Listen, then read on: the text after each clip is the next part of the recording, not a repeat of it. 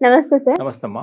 Sir, gastric సమస్యతో ఇబ్బంది పడే వాళ్ళ గురించి మాట్లాడుకోవాలంటే ప్రతి ఒక్కళ్ళు కూడా ఈ సమస్య కనిపిస్తూనే ఉంటుంది.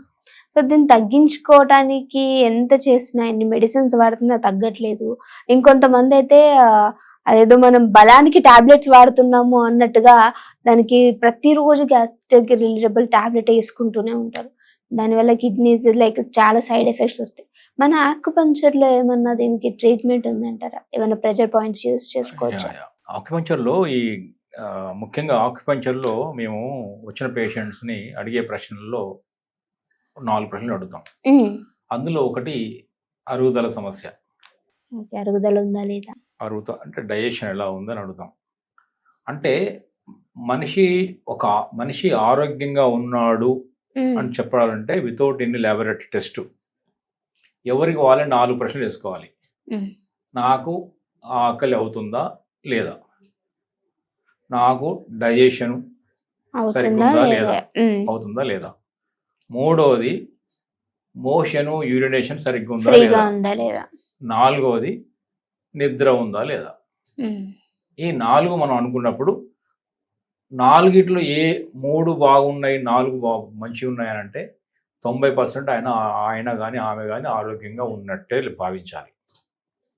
మంచిగా ఆకలిస్తుంది, తినగలుగుతున్నారు, అరుగుతుంది, ఎలిమినేషన్ జరుగుతుంది, ఎక్స్క్రిషన్, తర్వాత నిద్ర పడుతుంది. ఇక సైకలాజీ మానసికంగా శారీరకంగా బాగున్నట్టు లెక్క. అంటే గాయాలు దెబ్బలు అవి కాక మామూలుగా ఆరోగ్యానికి 4. అందులో ఇందాక గ్యాస్ట్రిక్ అంటే అడిగే ప్రశ్నలు 4 ఒకటి ఉందిగా. ఫస్ట్ క్వశ్చన్ ఇది, ఆకలి అవుతుందా లేదా. ఎక్కువ ఆకలి అవుతుందండి, ప్రాబ్లం. అసలు ఆకలే లేదు, ప్రాబ్లం. ఎక్కువ తక్కువ సమస్య. బ్యాలెన్స్ ఉండ, ఎంత ఆకలి కావాలో అంత ఆకలి కావాలి. కొంతమంది ఎంత ఆకలి అయినా కూడా తింటూనే పిత్త శరీరం అంటాం. కొంతమంది వాతపిత్త కఫలో ఆయుర్వేదాలు చెప్తారు, పిత్త శరీరం వాళ్ళకి ఏంటంటే మంచిగా ఆకలి, డైజెషన్ బాగుంటుంది, అసలు లావుగారు, బాడీ ఇట్లే ఉంటుంది. సో పిత్త బాడీ టైప్ అది.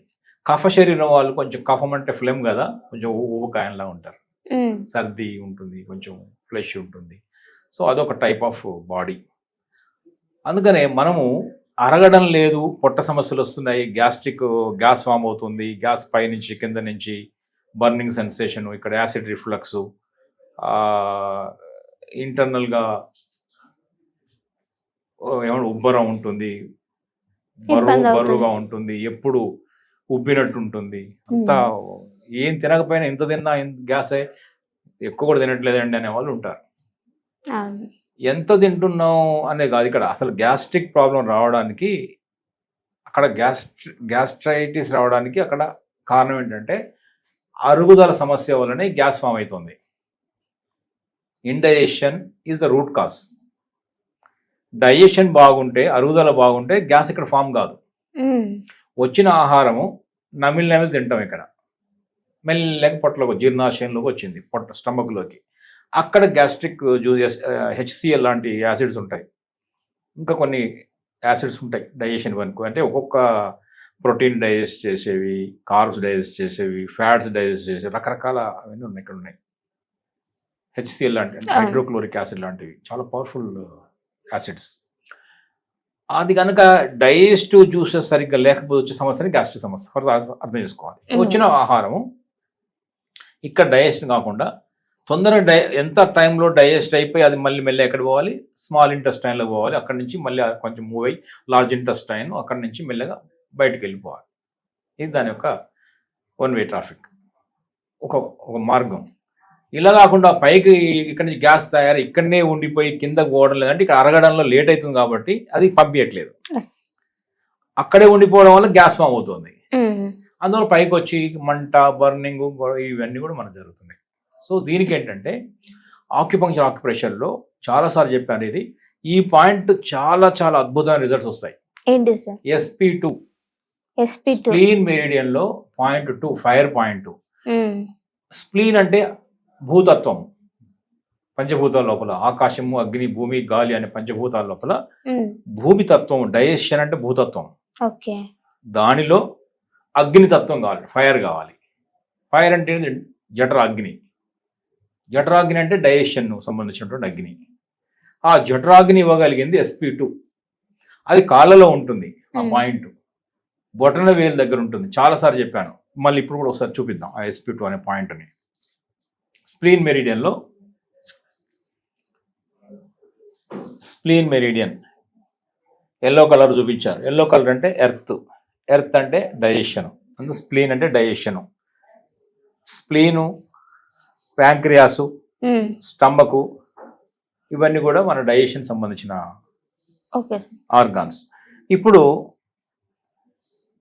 ఈ బొటనవేలు నుంచి ఇలా బొటనవేలు గోరు యొక్క ఎడ్జ్ నుంచి మెల్లగా పైకి వచ్చినప్పుడు బొటనవేలు ఇలా కొంచెం ఫస్ట్ ఇట్లా బొటనవేలు ఒక ఫోల్డ్ ఉంటుంది, ఫస్ట్ ఫోల్డ్.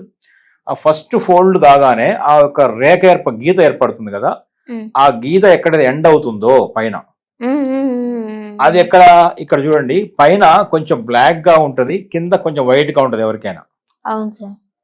ఎవరికైనా కాళ్ళు కానీ చేతులు కానీ, ఇప్పుడు మన చేతుల్లో కూడా చూడండి, లోపల వైపు వైట్ ఉంటుంది, బయట వైపు బ్లాక్ ఉంటుంది. ఇక్కడ కూడా లోపల వైపు వైట్ ఉంటుంది, ఇక్కడ బ్లాక్ ఉంటుంది. ఇక్కడ ఇలా రేఖలు బ్లాక్ వైట్ మధ్య నుంచి ఇలా వచ్చినప్పుడు ఈ బొటనవేలు ఫస్ట్ ఫోల్డ్ లోనే ఉంది, ఎర్ర కలర్ కనిపిస్తుంది, SP2 ఫైర్.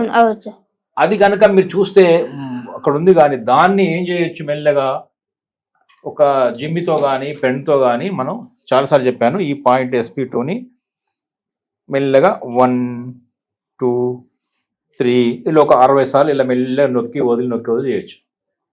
లేదు ఇలాంటి జిమ్మి లేదు, పెన్నుతో కూడా చేయొచ్చు. చాలాసార్లు చూపించాను నేను, పెన్తో కూడా మనం ఆ పాయింట్ని యాక్టివేట్ చేయొచ్చు. SP2 అనే పాయింట్ ఏం చేయొచ్చు, ఈ పెన్తో కూడా ఇలా మెల్లగా యాక్టివేట్ చేయొచ్చు. అట్లా 60 ఒక నిమిషం పాటు ఒకవైపు, ఇంకొక కాలుకి ఇంకొక నిమిషం పాటు, 2 కాళ్ళలో కూడా ఒక పూట ఈ కాలు, ఇంకొక పూట ఇంకో కాలు చేయొచ్చు.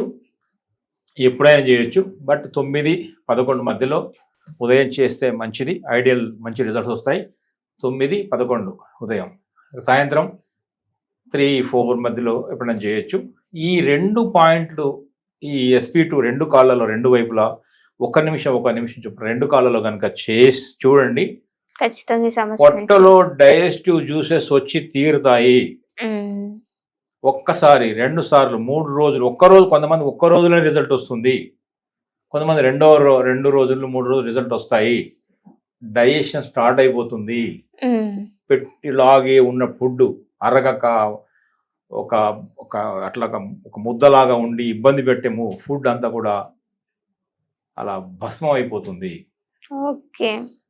అద్భుతమైన ఎనర్జీ వస్తుంది మనకు. ఎప్పుడైతే అలా అయిపోయిందో వెంటనే మనం చాలా ఫ్రీ అయిపోతాం, చాలా రిలీఫ్ వస్తుంది. పొట్టలో కానీ రిలీఫ్ వచ్చిందంటే బాడీ, శరీరం, మనసు అంతా కూడా కుదురపడుతుంది. ఎందుకంటే మనసుకు పొట్టకు దగ్గర సంబంధం ఉంది. బ్రెయిన్ గట్ యాక్స్ అంటాం, ఫాగీ బ్రెయిన్. తినగానే కొంతమందికి నిద్ర, ఎందుకంటే ఇక డైజెషన్ సరిగ్గా లేకపోతే ఆ ఆహారం రాగానే అసలు మామూలుగా డైజెషన్ లేదు, కొంచెం తిన్నాడు, అప్పుడు డైజెషన్ ప్రక్రియ స్టార్ట్ అయిపోతుంది. స్టార్ట్ అయిపోయినప్పుడు అక్కడ డైజెస్టివ్ జ్యూసెస్ లేవు, అందువల్ల బ్రెయిన్ ఉన్న ఎనర్జీస్ అన్నీ కూడా ఇక్కడికి వస్తాయి, అందువల్ల పడుకుంటాడు, డల్ అయిపోతుంటాడు. ఎందుకంటే ఇక్కడ పని స్టార్ట్ అయింది కాబట్టి. ఇక్కడ కనుక సరిగ్గా ఉండుంటే ఇక్కడి నుంచి అంత ఎనర్జీ ఇక్కడ రావాల్సిన పని లేదు. సో అందువల్ల మనం ఏంటంటే ఈ SP2 పాయింట్ని చేయొచ్చు.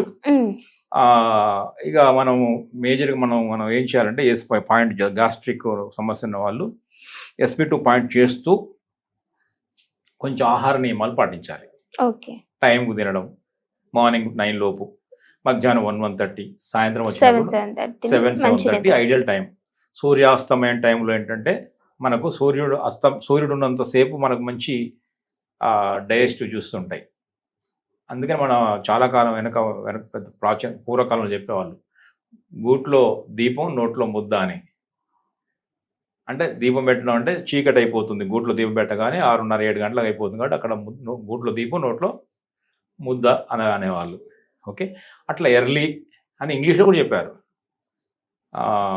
Early to rise, early to bed, healthy and wise ఏదో అంటారు కదా. Early to rise, healthy and wise అంటారు. అది లేవడం, అట్లనే ఎర్లీ టు బెడ్, నిద్ర కూడా ఎర్లీగా పోవాలి. సో ఎందుకంటే నిద్ర కూడా ఏంటంటే డైజెషన్లో కీలక పాత్ర పోషిస్తుంది. నిద్ర కనుక సరిగా పోకపోతే ఆ రోజు ఎవరికైనా గ్యాస్ట్రిక్ ప్రాబ్లం, ఇండైజెషన్ వస్తుంది. అట్లా నిద్ర అనేది ప్రాపర్గా ఉండేలా ఎర్లీ తింటే ఏంటంటే 7 గంటలు తిన్నాం అనుకోండి, పడుకునేది 9-9:30 అంటే కనీసం 2-3 గంటల గ్యాప్ ఉంటుంది. ఉన్నప్పుడు ఈ డైజెషన్ అనేది అప్పటికి ముగిసిపోయి ఇక్కడే బాగా నమిలి తింటాం కదా, ఇక్కడికి వచ్చిన మళ్ళీ డైజెషన్ అయిపోయింది కదా, 2 గంటల నుంచి అక్కడ మీద స్మాల్ ఇంటెస్టైన్ పోయింది కాబట్టి మన ఇక్కడ పొట్టలో ఎలాంటి ఇబ్బందులు లేవు. అప్పుడు స్మాల్ ఇంటెస్టైన్ నుంచి మెల్లమెల్లగా లార్జ్ ఇంటెస్టైన్ వైపు వెళ్తున్న టైంలో ఏమవుతుందంటే అరిగిన తర్వాత మన బాడీ రెస్ట్ మోడ్లోకి వెళ్ళిపోతుంది. అరిగించాల్సిన పని లేదు కదా, ఫుడ్ అంతా అయిపోయింది కదా, అప్పుడు రెస్ట్ మోడ్లోకి వెళ్ళిపోయినప్పుడు తొందరగా నిద్ర అనేది సుఖంగా మంచి నిద్ర, డీప్ స్లీప్ వస్తుంది. వచ్చినప్పుడు ఏమవుతుంది, బాడీలో ఉన్న వ్యర్థాలన్నీ బయటికి వెళ్ళిపోవడానికి రెడీ చేసుకుంటుంది, క్లీనింగ్ చేస్తుంది. అప్పుడు బాడీకి ఒక పని ఉంది, ఒక్కసారి ఒక పని చేస్తుంది, అరిగించడమా క్లీన్ చేయడమా. వన్ జాబ్ ఎట్ వన్స్, ఒకసారి ఒక పని.